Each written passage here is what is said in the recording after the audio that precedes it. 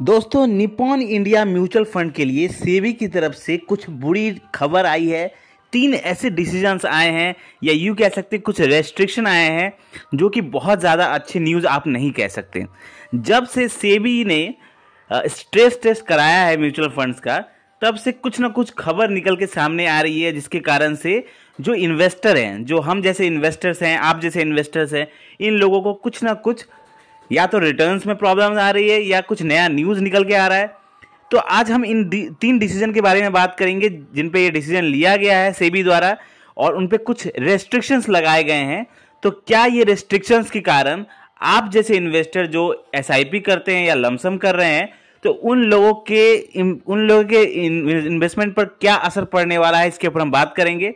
आप लोगों को इस डिसीजन के कारण क्या असर पड़ता है आपके इन्वेस्टमेंट पर, और आप लोगों को उसके बाद क्या करना चाहिए, वो भी हम बात करेंगे। आप लोगों को अपना इन्वेस्टमेंट कंटिन्यू करना चाहिए या नहीं करना चाहिए, इसके ऊपर हम बात करेंगे। तो वीडियो के लास्ट तक बने रहें, वीडियो बहुत ही इंपॉर्टेंट होने वाली है। अगर आप भी निप्पॉन इंडिया के किसी भी फंड में इन्वेस्ट करते हैं तो डेफिनेटली आपको ये इंफॉर्मेशन जानना जरूरी है। अगर आप निप्पॉन इंडिया का स्मॉल कैप में इन्वेस्ट करते हैं तो भी आपको जानना जरूरी है, या निप्पॉन इंडिया का किसी और कैटेगरी में इन्वेस्ट करते हैं तो भी आपको ये वीडियो देखना जरूरी है। तो 3 ऐसे डिसीजन आए हैं, मैं पहले एक एक करके डिसीजन के ऊपर बात करूंगा। पहला डिसीजन जो आया हुआ है सेबी की तरफ से, या यूं कह सकते हैं रेस्ट्रिक्शन लगा दिया गया है सेबी की तरफ से। वो रेस्ट्रिक्शन है कि उन्होंने इनफ्लोज ओवरसीज से जो इनफ्लोज आते हैं उनको रेस्ट्रिक्ट कर दिया है, स्टॉप कर दिया है। ठीक है, स्टॉप एक्सेप्टिंग इनफ्लोज इन ओवरसीज ईटीएफ। अब ईटीएफ का मतलब क्या होता है आप लोगों को पता होगा, शायद बहुत सारे लोगों को पता होगा, अगर नहीं पता तो मैं बता दूं। ईटीएफ का मतलब होता है एक्सचेंज ट्रेडिंग फंड।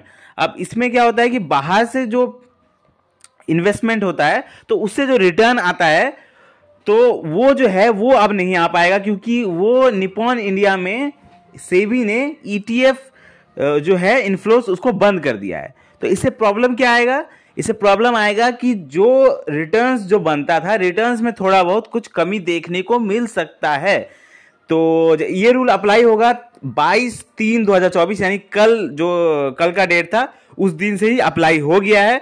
अब ओवरसीज का जो इनफ्लोज होगा वो निप्पॉन इंडिया म्यूचुअल फंड में नहीं देखने को मिलेगा। तो ये एक तरह से कह सकते हैं कि एक बैड न्यूज आप कह सकते हैं म्यूचुअल फंड इन्वेस्टर्स के लिए, क्योंकि उनका कुछ ना कुछ रिटर्न्स में कुछ ना कुछ थोड़ी बहुत कमी देखने को मिल सकती है आने वाले टाइम पर।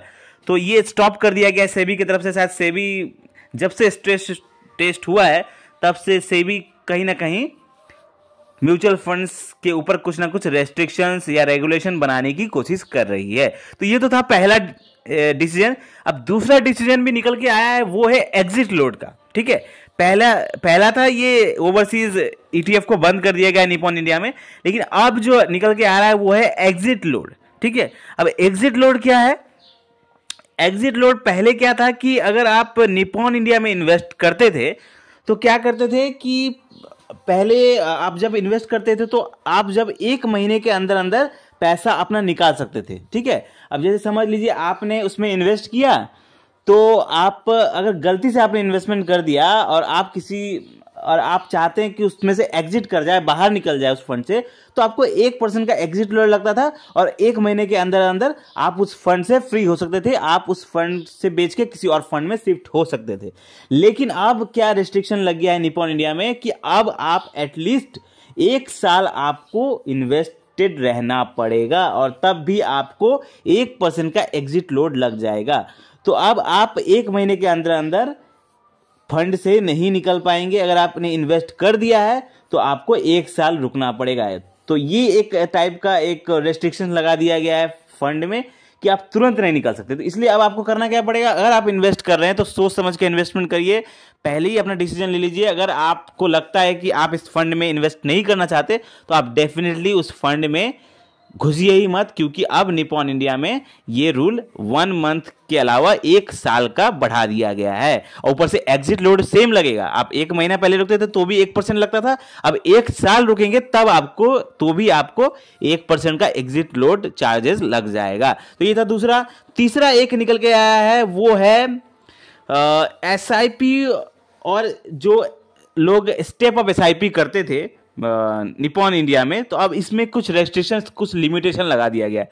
पहले क्या होता था कि पहले होता था कि आप 5 लाख रुपए तक, जो बड़े बड़े इन्वेस्टर होते थे, छोटे इन्वेस्टर की मैं बात नहीं कर रहा, जो बड़े इन्वेस्टर होते थे वो क्या करते थे, एक एक दिन में 5-5 लाख रुपए की एसआईपी करते थे। पर डे एसआईपी भी होता है, पर वीक एसआईपी भी होता है। तो कुछ लोग क्या करते थे, जो बड़े इन्वेस्टर जिनके पास ज्यादा पैसा है, वो लोग पर वीक या पर डे की एसआईपी करते थे। 5-5 लाख रुपए की, 1-1 लाख रुपए की, 50-50 हजार रुपए की पर डे पर वीक एसआईपी करते थे। ठीक है, तो अब इसमें कुछ रेस्ट्रिक्शन लगा दिए गया निपॉन इंडिया की तरफ से, सेबी के कहने पर। और वो रेस्ट्रिक्शन क्या है कि अब आप 50,000 रुपए से ज्यादा की पर डे एसआईपी नहीं कर सकते। पहले 5 लाख रुपए का ये पहले छूट था, लेकिन अब पर पैन कार्ड सिर्फ 50,000 रुपए की आप एसआईपी या स्टेप अप एसआईपी कर सकते हैं। तो ये एक सही डिसीजन मुझे लगा। ये लास्ट वाला जो डिसीजन मुझे सही लगा, क्योंकि इससे क्या होता है ना कि मार्केट जो है मैनिपुलेशन कम होता है। अब एक इन्वेस्टर अगर इतना पर डे की 5-5 लाख रुपए की एसआईपी करेगा, तो कहीं ना कहीं ज्यादा पैसा उसके पास हो जाएगा, ज्यादा फंड, एक मतलब उसके पास ज्यादा एलोकेशन मिल जाएगा और वो मार्केट मैनिपुलेट कर सकता है आने वाले टाइम पर। तो एक तरह से सही डिसीजन लगा मुझे तीसरा वाला, लेकिन पहला और दूसरा मुझे कुछ खास सही नहीं लगा सेबी द्वारा। अब मुझे लगा कि पहला और दूसरा कहीं नहीं से कुछ प्रॉब्लम दे सकता है इन्वेस्टर्स को, लेकिन जो तीसरा है ये डेफिनेटली एक अच्छा डिसीजन मुझे लगा।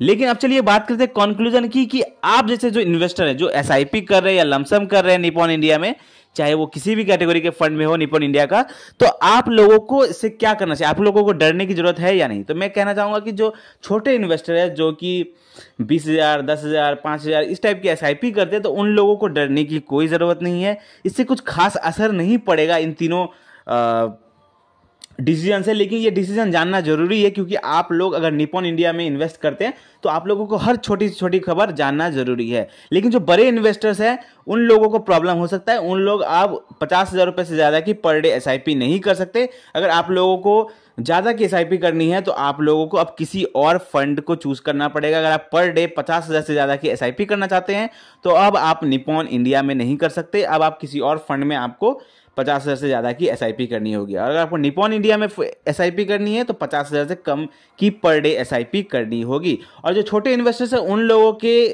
कुछ खास अंतर नहीं पड़ेगा। हो सकता है जो पहले डिसीजन के कारण थोड़ा बहुत रिटर्न्स में अंतर पड़ जाए। तो आई होप आपको ये वीडियो अच्छा लगा होगा। फिर भी कोई क्वेश्चन है, कोई डाउट है इन तीनों डिसीजन पे, तो आप जरूर कमेंट करें। वीडियो अच्छा लगा हो तो लाइक करें, और ऐसे ही जबरदस्त फाइनेंशियल वीडियो पाने के लिए हमारे चैनल को सब्सक्राइब करें, ताकि हमें भी हौसला मिल सके कि हम आपके लिए एक से बढ़कर एक अच्छा फाइनेंशियल वीडियो बनाएंगे। थैंक यू, धन्यवाद।